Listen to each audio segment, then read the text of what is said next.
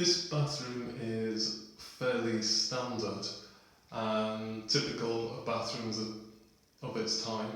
This booklet here of Armitage Ware bathroom suite shows that there's some very expensive suites available with beautiful coloured suites, and in this particular illustration there's a separate basin for brushing your teeth. It's called a dental basin. There's a shower above the bath, which was very unusual in the 1930s, and there's a bidet, again quite unusual in Britain. But all of this kind of equipment was available, but it was expensive. And in our bathroom here we have standard white sanitary ware, and the bath is what was called at the time an anti-splash bath, and it's actually the kind of bath that we would all recognise today. But in the mid-1930s it was quite an innovation, because they were moving from the freestanding roll-top baths to this built-in bath where the edges could go right up to the wall and be tiled down to. And what that did was it provided a square edge for the tiles to come to stop any splashes of water going over the back and the side of the bath. But also the front edge is straight, which allows the application of a board, and that stopped dust and water and just general stour going underneath the bath. So it was seen as a lot more hygienic and easy to keep. Also, we see in this bathroom chrome plated taps, and again they're quite common for us nowadays, but until the 1920s, 1930s, it was very common for taps to be brass. And as we know, brass tarnishes and it needs cleaning, so it was a lot more work to keep the house if you had brass taps throughout, and therefore people moved to chromium plate if they could afford it to save on the cleaning. And of course it gives what was then a very modern, bright, clean finish. This house has always had hot and cold running water from the outset, and the hot water system in particular was quite well thought out. There was a boiler in the kitchen which heated the water, and the pipe came from the top of the boiler and went into a hot water cistern in the back bedroom, and there was an airing cupboard there for drying clothes after they'd come in off the washing line. The pipe then continued on, the flow of the water continues through the toilet compartment, which is next door, and that would keep it from freezing up in the winter. And then the pipe continued through the bathroom here to serve the two hot taps. It went round behind the bath through the linen cupboard to make sure that there wasn't any dampness in the linen, and then it went back down to the bottom of the boiler. So when the boiler was lit, you had this constant flow of water around that circuit, and across the circuit was the towel rail in the bathroom here, which could be turned on and off at will. So in winter you would have the towel rail turned on, and you could turn it off in the summer because it's warm enough without.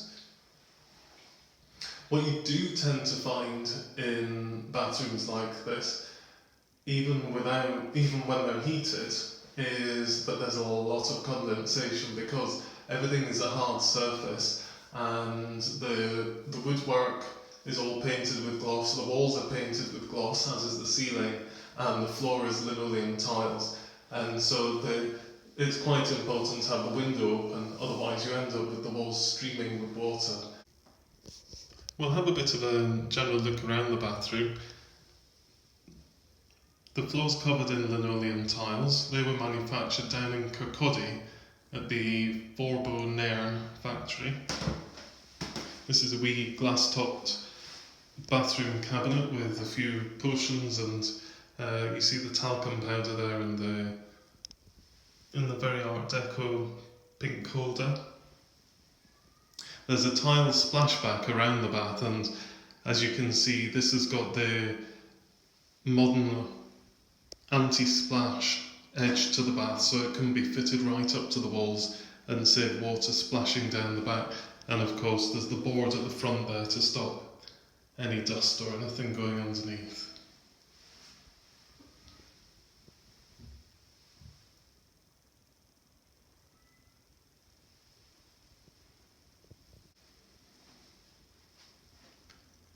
This is the basin. Again, this has an anti-splash rim. You might be able to see how it rolls over slightly there.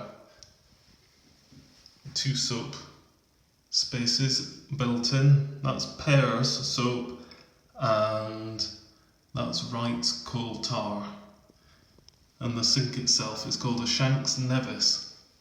These are a couple of razor blades which were around in the 1930s. We've got a Rolls razor which was available in many different standards of finish, going all the way up to the gold plated one, which cost £3 and 3 shillings. That's 3 guineas, which was probably about a week's wages back then. And this is a Wilkinson sword razor blade, again a safety razor rather than the cutthroat razors which were quite common still at that time. And this one has a mechanism, you'll see the cog on the side there, because it has a mechanism for sharpening on a leather strop. It was a self-stropping razor. And up here is a little vanity mirror which is surrounded by black glass or vitrolite. And back in the 1930s, if you had the money, you could have your bathroom walls tiled entirely with vitrolite, which was a very hard-wearing, effective and attractive finish. And that's the towel rail, which could be switched on and off.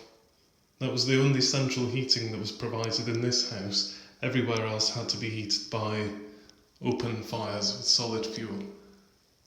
And the ceiling and the walls are painted in gloss paint so that they can be wiped clean, and the light fitting is an enclosed globe.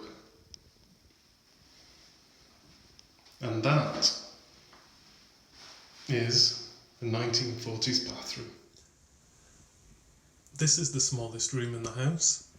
It has linoleum on the floor and walls that are painted with gloss for hygiene reasons, Bakelite toilet lid and seat, and an enclosed light fitting. You'll notice the absence of a wash-hand basin. That's in the bathroom next door, and it was typical not to provide them with the toilet at this time.